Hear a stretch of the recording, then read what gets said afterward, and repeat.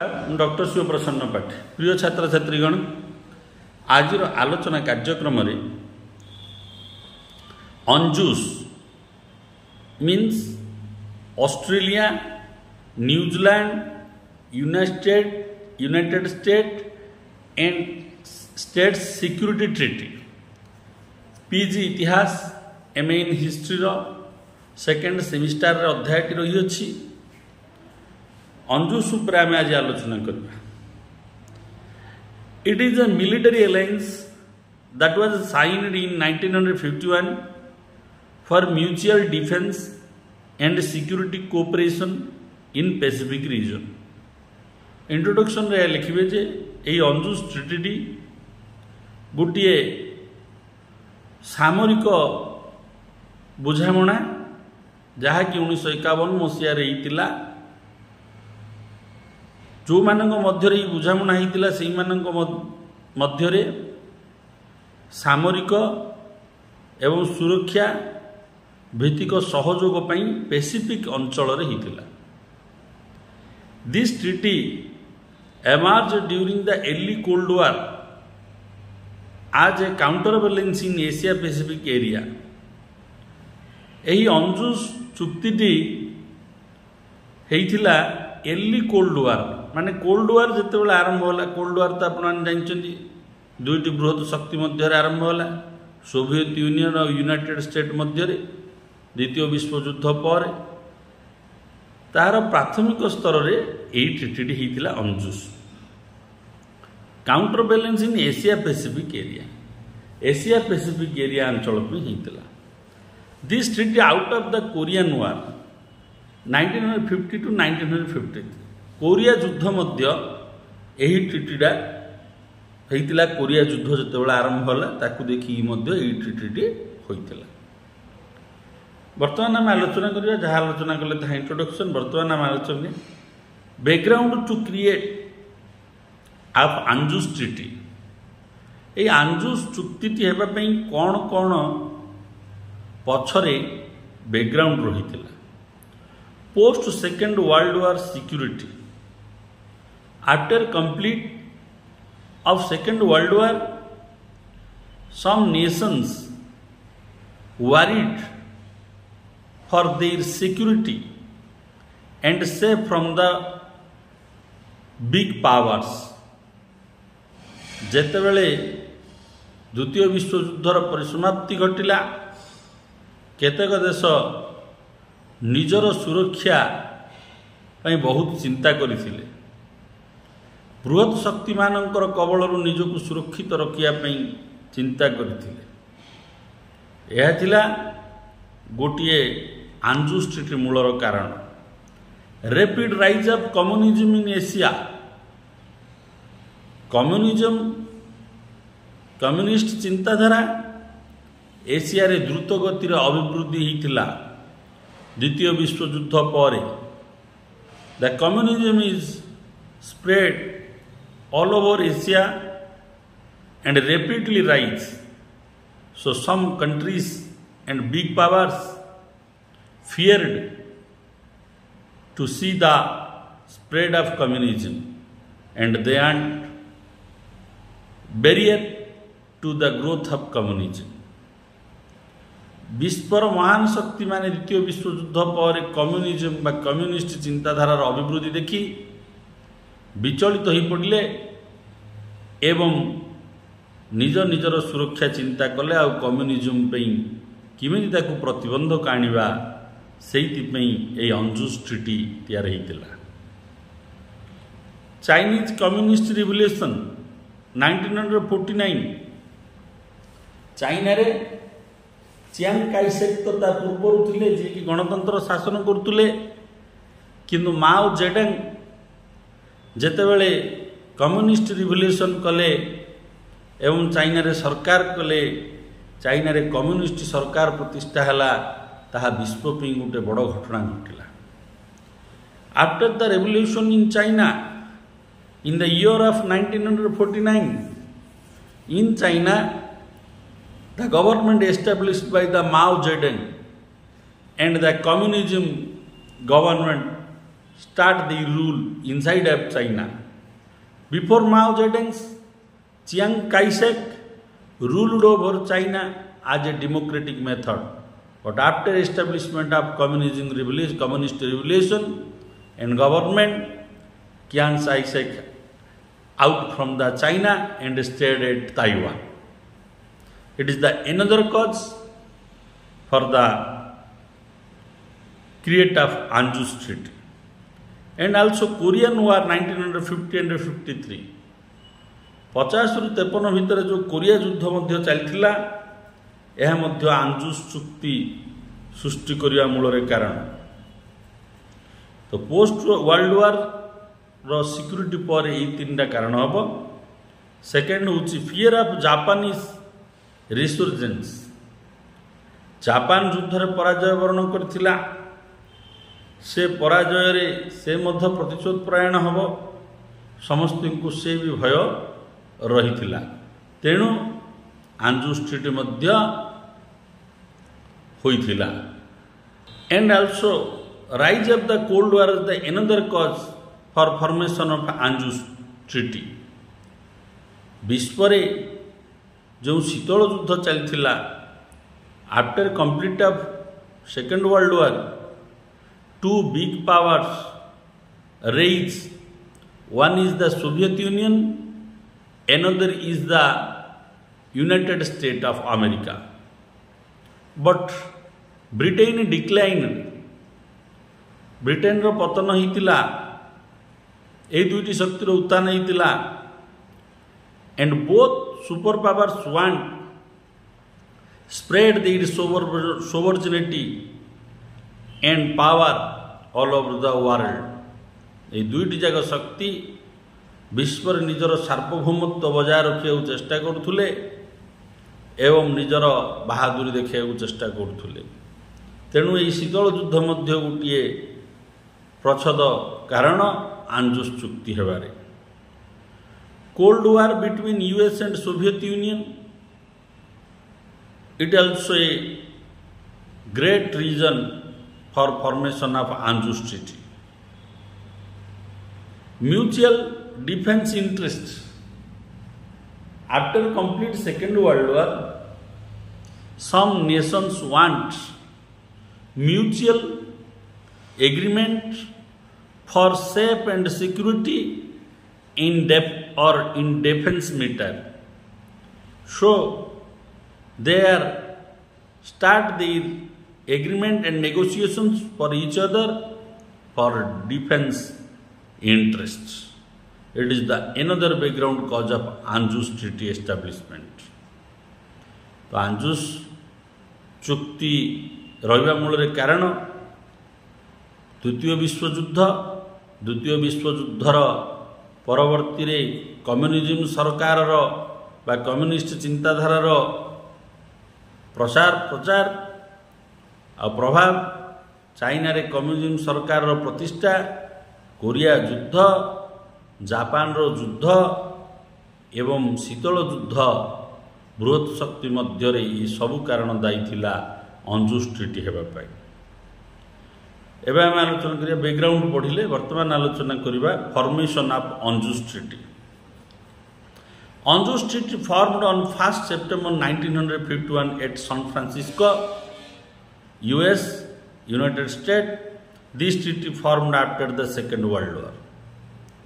द्वितीय विश्व युद्ध पर अंजुस ट्रीटी, ये जो अंजुस चुक्ति होइतिला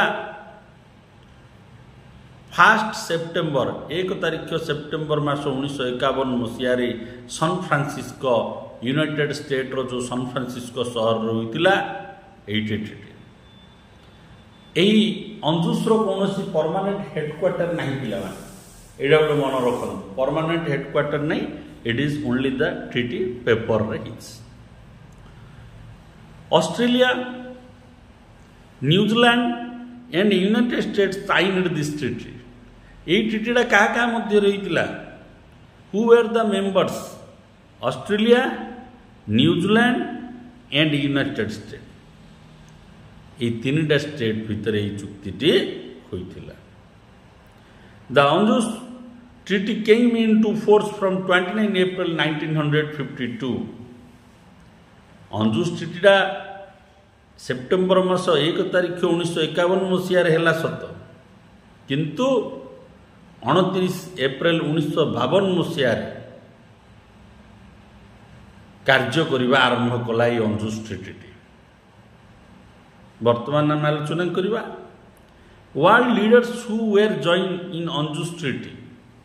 विश्वर कौ नेता माने यही अंजुस चुक्ति रे जोग देइथिले। Australia's minister for external affairs Percy Spender, but that time the Australia's prime minister was Robert Menzies. Australia रो एक्सटर्नल वैदेशिक मंत्री external affair minister Percy Spender जोग देइथिले, एई अंजुस चुक्ति रे दस्तखत करथिले। किंतु से समय ऑस्ट्रेलिया रो प्रधानमंत्री थिले रॉबर्ट मेंजिस थिले। मेंजिस अनुमति रे एक्सटर्नल मिनिस्टर पेर्सी स्पेंडर जोग देइथिले।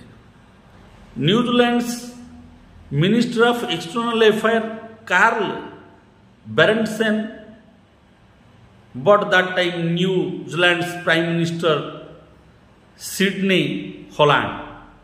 न्यूजीलैंड रो वैदेशिक मंत्री कार्ल बेरेंटसन जोग देइथिले, अंजुस ट्रिटी रे दस्तखत करथिले।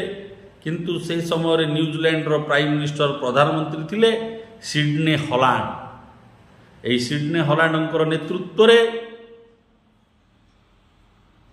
होइथिला एई अंजुस ट्रिटी। तापर रहिले पिला माने तृतीय रे United states secretary of state dean Acheson, but United states president was Harry S Trueman और ट्रूमैन। यूनाइटेड स्टेट रो सेक्रेटरी सचिव जी थिले डेन एचसन जोग देइथिले अंजुस ट्रिटी रे। किंतु प्रेसिडेंट से समय यूएस रो थिले हैरी एस ट्रूमैन। यही माने सबू फॉरेन अफेयर मिनिस्टर माने Percy Spender, Carl Berendsen, Dean Acheson दस्तखत करथिले अंजुस ट्रिटी रे। एबे हम आलोचना करिबा जे एम ऑफ अंजुस ट्रिटी। ये जो अंजुस ट्रिटी हितला आर लक्ष्य कौन थिला? Mutual defence pact between the members Australia, New Zealand, US एही मानक मध्य रे गोटे सामरिक बुझामणा ए ट्रिटी थिला। Peace and security maintain in Pacific region यार मुख्य लक्ष्य थिला जे शांति और सुरक्षा पैसिफिक अंचल रे बजाय रखिबा। Collective security against potential threat and सही एंड करिवे and specially from communist expansion. ये दुटा स्पेलिंग को सुधारिवे, एडे एंड करिवे, एडे स्पेशली करिवे।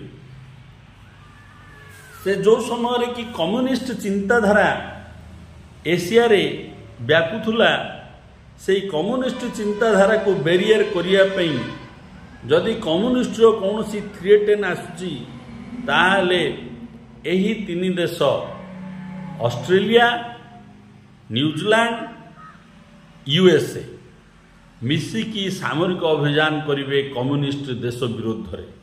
यह थिला आर लक्ष्य।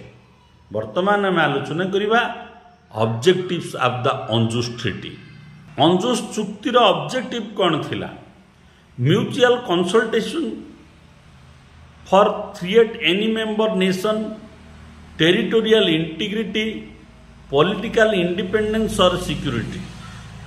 जदि यही तीन जन सभ्य ऑस्ट्रेलिया, न्यूजीलैंड, यूएसए उपरे कौनसी प्रकार थ्रेटेन बा विपद बा धमक आसुची, तीन देश एकाठे हेबे, सेई जो आसुथुब भय ताकू प्रतिरोध करिवे आ उभयंकर टेरिटोरियल इंटीग्रिटी भौगोलिक अवस्था को सम्मान देवे बंचई रखिए पॉलिटिकल इंडिपेंडेंस राजनैतिक परिस्थिति को मध्य बंचई रखिए किए कार हस्तक्षेप करेनि एवं सिक्यूरिटी सुरक्षा मध्य उभय को करेंगे defence cooperation like joint military exercise and intelligence sharing between the member Nations A Anju stricture ये गुरुत्वपूर्ण जिनसटी स्थिर है जे डिफेंस माने सामरिक जॉइंट मिलिटरी एक्सरसाइज बेले बेले शुणुथिव दुई देश मिसिकी जॉइंट मिलिटरी एक्सरसाइज कर जॉइंट मिलिटरी एक्सरसाइज करेंगे सामरिक प्रशिक्षण करेंगे एवं इंटेलिजेंस शेयरिंग उभयंकर भितर गुप्त खबर दिया निया हेबे एडा है ये ट्रिटीर बहुत गुरुत्वपूर्ण it is very important in ANZUS treaty all members jointly military exercise करेंगे इंटेलिजेंस शेयरिंग करेंगे security commitment between the member nations उभयंकर सुरक्षा दायित्व नेबे ए गोटे कमिटमेंट दुई देश मध्य सब तीन जन देश मध्य रहिबो वर्तमान आलोचना करवा estimate the ANZUS treaty the ANZUS treaty US and Australia maintain a strong strategic alliance ANZUS treaty रे ऑस्ट्रेलिया और यूनाइटेड स्टेट माने कंडीशन बहुत भलो थिला but New Zealand go to downgrade after the anti nuclear policy of 1986 New Zealand US आगे ठिया पारा ना कहीं एंटी न्यूक्लियर पॉलिसी 1986 मसीह न्यूजीलैंड आनिला जहाँफल कि अंजुस ट्रिटी रे न्यूजीलैंड दबदबा कम रही वर्तमान आलोचना करवा conclusion of ANZUS treaty ANZUS treaty is strategic partnership between Australia New Zealand and United State यही जो ट्रिटी गोटे स्ट्रेटेजिक पार्टनरशिप माने सहभागितार ANZUS treaty is a regional security treaty यह गोटे आंचलिक सुरक्षा चुक्ति बोलिया कहुच्छे कहीं उभयंकर टेरिटोरियल इंटीग्रिटी को सुरक्षा करेंगे ANZUS treaty create barrier to spread of communism जो एशिया रे वृद्धि होता आफ्टर सेकेंड वर्ल्ड वार ताकू बैरियर करने सम्मुखीन करने प्रतिबंधक आने अंजुस चुक्ति होता ANZUS treaty is a security architecture of the Asia Pacific region ये अंजुस ट्रिटी को कहुच्छी एशिया पैसिफिक अंचलर गोटे सुरक्षा स्तंभ बोली कहुच्छी आशा करुच्ची मोर ये आलोचना पीजी छात्र छात्री मानक सहायक हो वीडियो को लाइक करूँ चैनल को सब्सक्राइब करूँ एवं समस्त छात्र छात्री गण शेयर करूँ वंदे मातरम।